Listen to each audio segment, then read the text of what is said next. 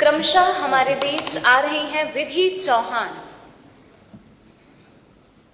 सदियों की निद्रा को त्याग कर मेरा भारत अब ले चुका है।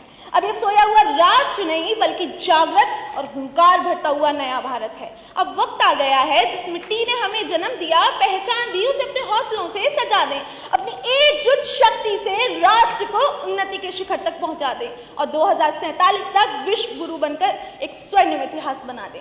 आदरणीय अध्यक्ष महोदय, सम्मानित निर्णायक मंडल एवं मेरे प्रिय युवा साथियों, सभी को मेरा सादर अभिवंदन। मैं विधि चौहान इटावा से आप सबके समक्ष उपस्थित हूँ।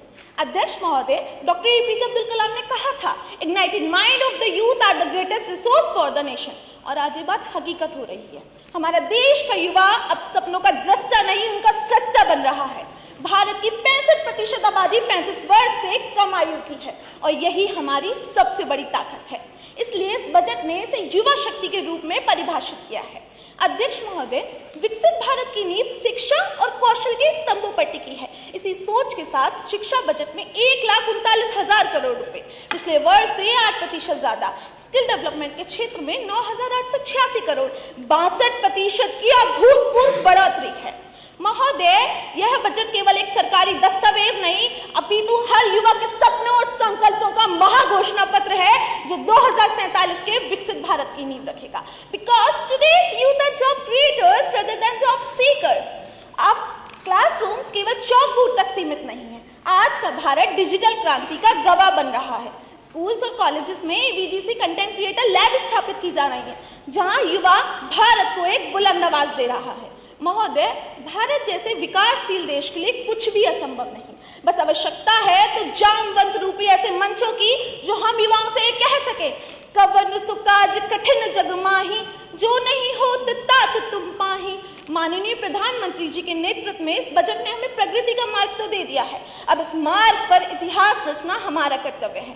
मैं यहाँ उपस्थित हर युवा से यह आह्वान करती हूँ, यदि आपको खेल में रुचि है तो मैदान में उतरिए और नीरज चोपड़ा की तरह भाला फेंकिए, जो न केवल दूरी अपितु करोड़ों भारतीयों की उम्मीदें मापेगा। यदि विज्ञान आपकी प्रेरणा है तो ज्ञान की अलकनंदा बहा दीजिए, और यदि आप कंटेंट क्रिएटर हैं तो अपनी कहानियों से विश्व को यह बताइए कि भारत का सामर्थ्य क्या है। इन सब से विकसित भारत का सपना एक सोच मात्र रह जाएगा।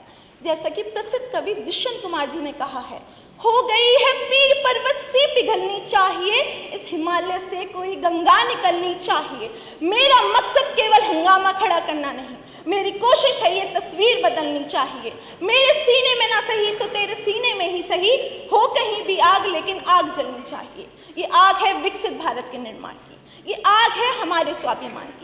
तो आइए इस मशाल को थामकर विकसित भारत की ओर बढ़ें। धन्यवाद। जय